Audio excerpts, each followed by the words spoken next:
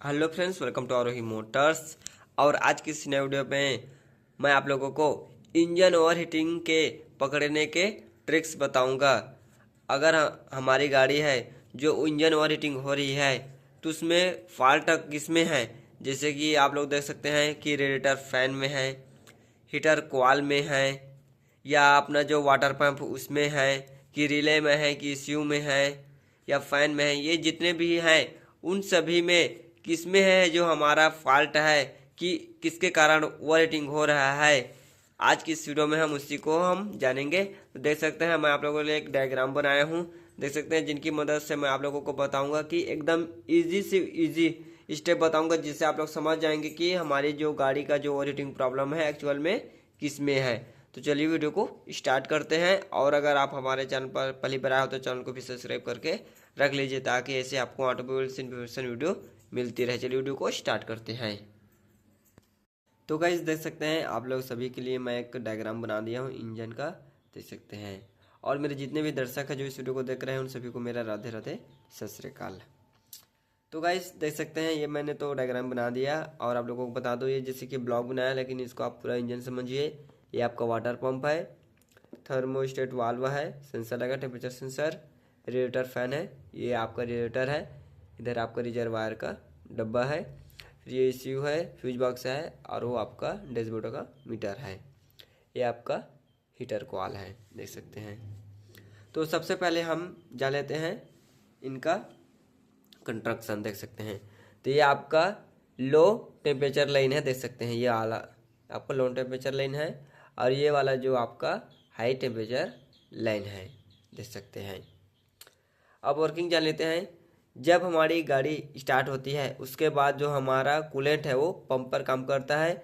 ये आपका water pump है, जो एल्बो से जो पाइप पानी आता है उसको सक करता है, फिर इस तरह से सर्कुलेट करता रहता है, देख सकते हैं आपका। तो जो देख सकते हैं आपने जो लो प्रेशर लाइन है उसको पहले कर दिया है, और जो हाई प्रेशर लाइन है उसे दूसरे नंबर पे रखा है।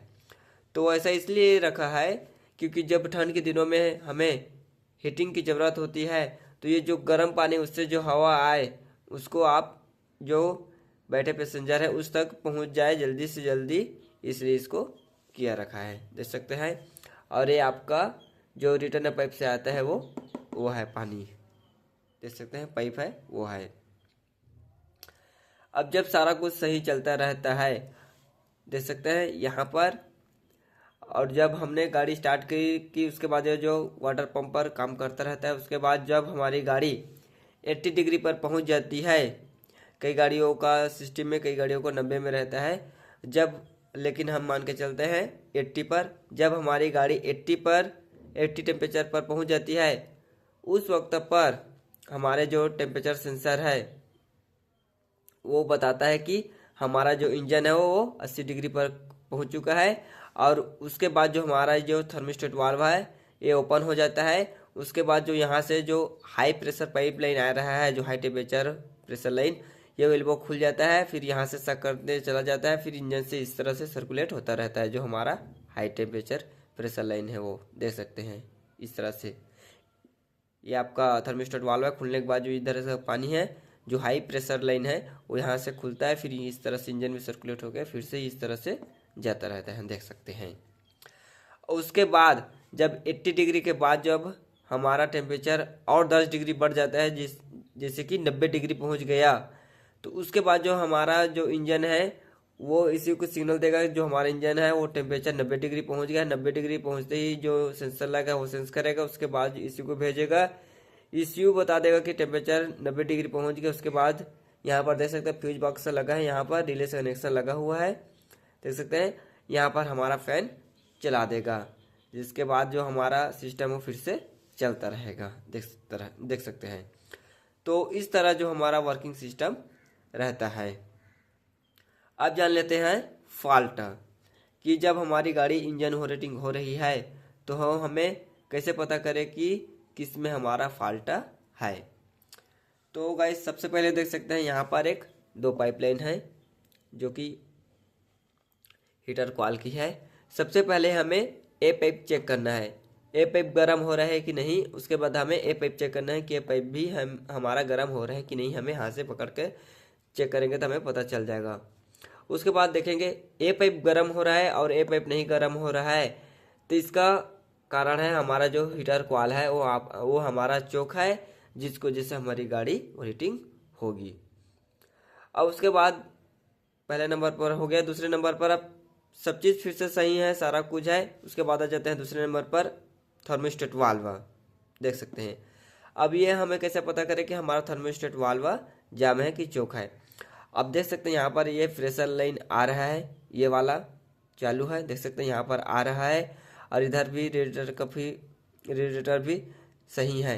अब इधर का पानी देख सकते हैं जो आ रहा है हाई प्रेशर पाइपलाइन, ये जो यहाँ से इधर तो हाई टेम्परेचर का सॉरी ये जो लो लाइन टेम्परेचर है वो तो आ रहा है। बाकी जब गर्म हो गया है, हाई हो गया, उसके बाद भी यहाँ से हमारा थर्मिस्टेट वाला खुलेगा नहीं, तो पता जो हमारा थर्मिस्टेट वाला खुलेगा नहीं। उसके बाद जो इधर का पानी वो सक करेगा ही नहीं। जब खुलेगा नहीं तो उसके बाद इधर का पानी खींच ही नहीं रहा है, तो इंजन ओवरहीटिंग होगा। तो उस कंडीशन पर जो हमारा दूसरे नंबर पर चेक करना है वो आपका है थर्मिस्टेट वाल्व चोक हो जाएगा रहेगा, जिसको जिससे जो इधर का जो हाई प्रेशर पाइप नहीं है यहाँ से खींची नहीं है, जिसको जिससे जो हमारा इंजन ओवरहीटिंग होगा। देख सकते हैं दूसरे नंबर पर हो गया। अब तीसरे नंबर पर देखना है हमें वाटर पंप। अब देखेंगे यहाँ पर एक रिटर्न पाइप है, देख सकते हैं एक रिटर्न पाइप लगा है जो कि इंजन से आया है। इस पाइप को हमें बाहर निकाल देना है। बाहर निकालते ही देखेंगे कि उसमें पानी फेंक रहा है कि नहीं फेंक रहा है। अगर उसमें पानी नहीं फेंक रहा है तो उस कंडीशन पर जो हमारा जो वाटर पंप है वो हमारा खराब है, तीसरे नंबर पर। अब चौथे नंबर पर जान लेते हैं। सब चीज़ फिर से सही है, सारा कुछ ओके है। उसके बाद भी जो हमारा इंजन है वो ओवरहीटिंग हो रहा है, तो जान लेते हैं चौथे नंबर पर है हमारा रेडिएटर। अब देखेंगे यहाँ पर दो पाइप लाइन है। अब हमें यहाँ से इसको भी हमें हाथ से पकड़ कर चेक करना है कि ये पाइप गर्म हो रहा है कि नहीं और ये पाइप भी गर्म हो रहा है कि नहीं।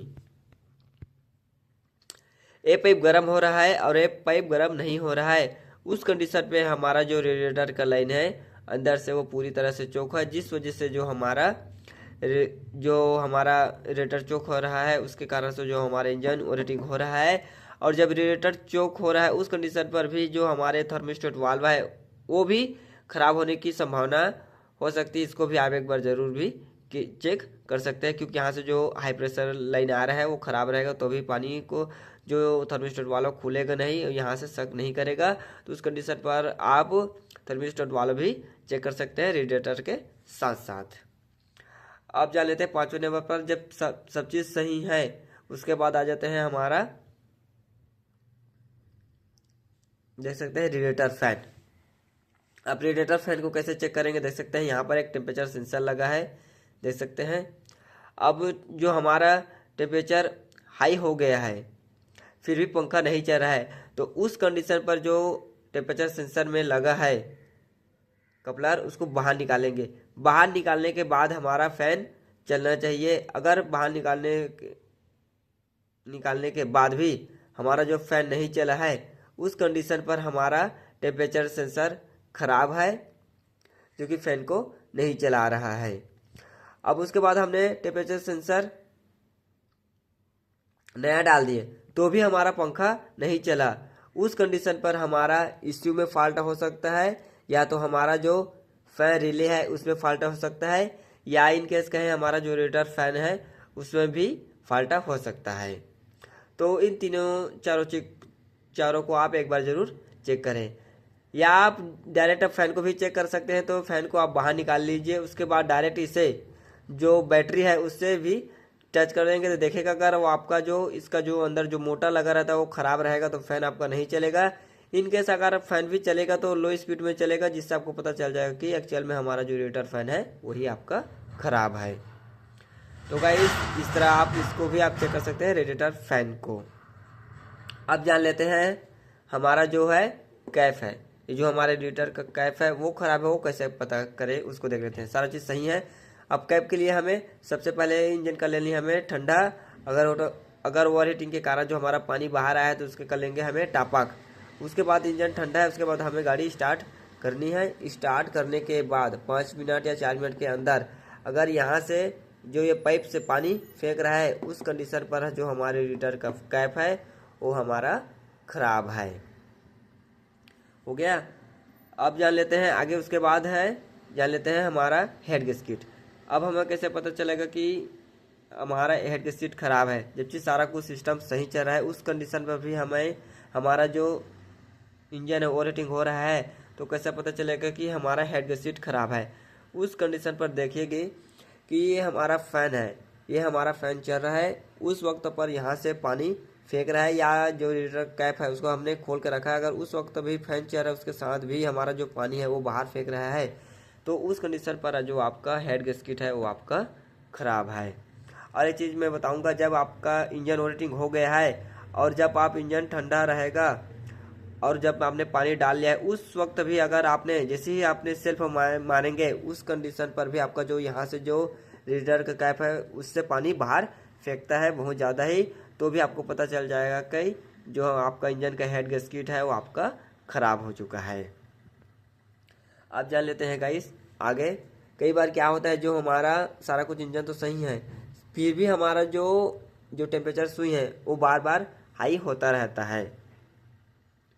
तो कैसे पता चले, तो हमें चलाएं कि वो जो टेम्परेचर सेंसर है वो कितना हाई हो रहा है।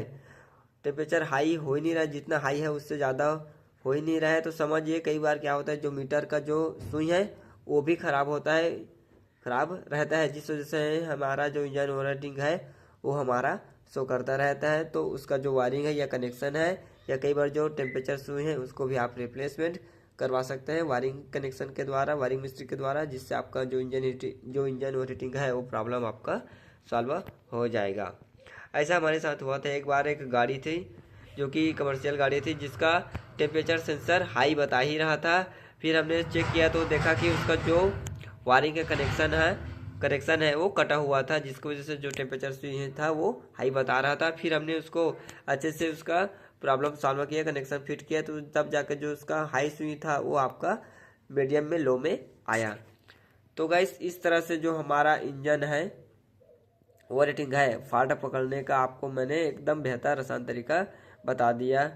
अगर ये वीडियो आपको पसंद आए तो चैनल को सब्सक्राइब जरूर कीजिए, लाइक कीजिए और कमेंट में बताइए ये वीडियो आपको कैसा लगा। धन्यवाद।